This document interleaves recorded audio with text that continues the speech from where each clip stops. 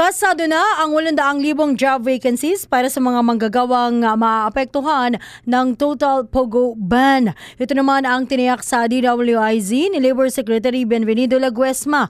Makaraang ipag-utos ni Pangulong Ferdinand Bongbong Marcos Jr. ang tuluyang pagpapatigil sa operasyon ng mga POGO dahil sa mga illegal na aktibidad na kinasasangkutan ng mga ito.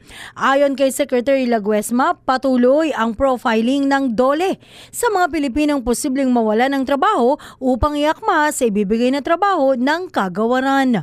Meron po mga trabaho may kinalaman sa IT, business process, outsourcing. Meron din po yung mga may kinalaman sa turismo at yung pong construction work, meron din po. Pero ang amin pong kasing nakita dyan na marami po sa ating mga nagtatrabaho sa IGL, yung pong mga encoders at saka yung nagtatrabaho na may kinalaman sa administrative work, human resource work at saka yung pong marketing at saka financial activities po.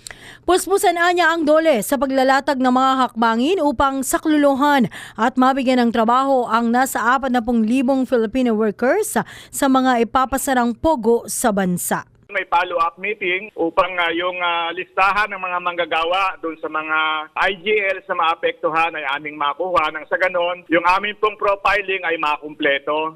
At ibalangkas din po namin dyan yung angkop na programa o intervention na pwede pong may pagkaloob sa bahagi ng Department of Labor and Employment.